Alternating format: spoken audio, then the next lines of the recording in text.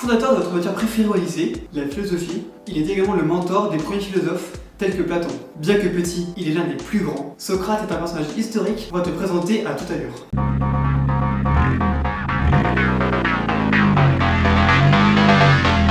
La particularité de Socrate est qu'il est le seul philosophe à n'avoir aucune trace écrite de ses pensées. Tout a été transmis grâce à ses disciples, notamment Platon, l'auteur de l'allégorie de la caverne, et Xénophon. Socrate était financièrement pauvre, mais la richesse de son esprit dépassait de loin celle de ses concitoyens, à tel point qu'il était accusé de pervertir la jeunesse en leur partageant ses idées et sa vision des choses, mais ça, nous y reviendrons plus tard. Mais à quel moment la vie philosophique de Socrate a-t-elle commencé? Tout part d'une question que Chéréphon a posée à la Pythie, qui est de savoir quel est l'homme le plus sage d'Athènes. La Pythie a répondu que cet homme était Socrate. N'y croyant pas, Socrate donc allait interroger des hommes politiques, des poètes et des artisans. Toutes ces personnes prétendaient en savoir qu'elles ne possédaient pas. Or, Socrate savait qu'il ne savait pas. C'est ce qui faisait de lui, en effet, l'homme le plus sage d'Athènes. C'est de là que part la philosophie. Le philosophe désire le savoir et cherche constamment à apprendre. Il ne prétend à aucun moment détenir ce savoir, même à la fin de sa vie. Socrate était totalement dévoué à sa discipline. Pour rien au monde, il ne renoncerait à ses idées. C'est ce qui s'est passé au printemps de l'année 399 lors de son procès. Socrate était accusé de ne pas reconnaître les mêmes dieux que l'État et d'introduire de nouvelles divinités. Il est également accusé de corrompre la jeunesse par Anytos, Mélétos et Lycon.